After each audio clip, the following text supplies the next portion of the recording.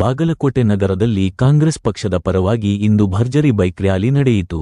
ಯುವ ಕಾಂಗ್ರೆಸ್ ರಾಜ್ಯಾಧ್ಯಕ್ಷ ಎಚ್.ಎಸ್. ಮಂಜುನಾಥ್ ಗೌಡ ಅವರ ನೇತೃತ್ವದಲ್ಲಿ ಹಾಗೂ ಜಿಲ್ಲಾ ಯುವ ಕಾಂಗ್ರೆಸ್ ಅಧ್ಯಕ್ಷ ಕುಮಾರ ಅಲಗುರ ಅವರ ಮುಂದಾಳತ್ವದಲ್ಲಿ ಈ ರ್ಯಾಲಿ ಆಯೋಜಿಸಲಾಯಿತು.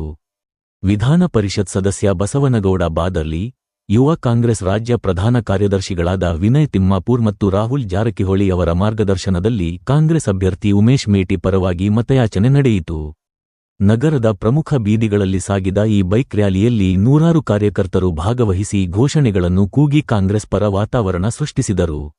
ಈ ಮೂಲಕ ಬಾಗಲಕೋಟೆ ಮತಕ್ಷೇತ್ರದಲ್ಲಿ ಕಾಂಗ್ರೆಸ್ ಪಕ್ಷ ತನ್ನ ಶಕ್ತಿ ಪ್ರದರ್ಶನ ಮಾಡಿದೆ.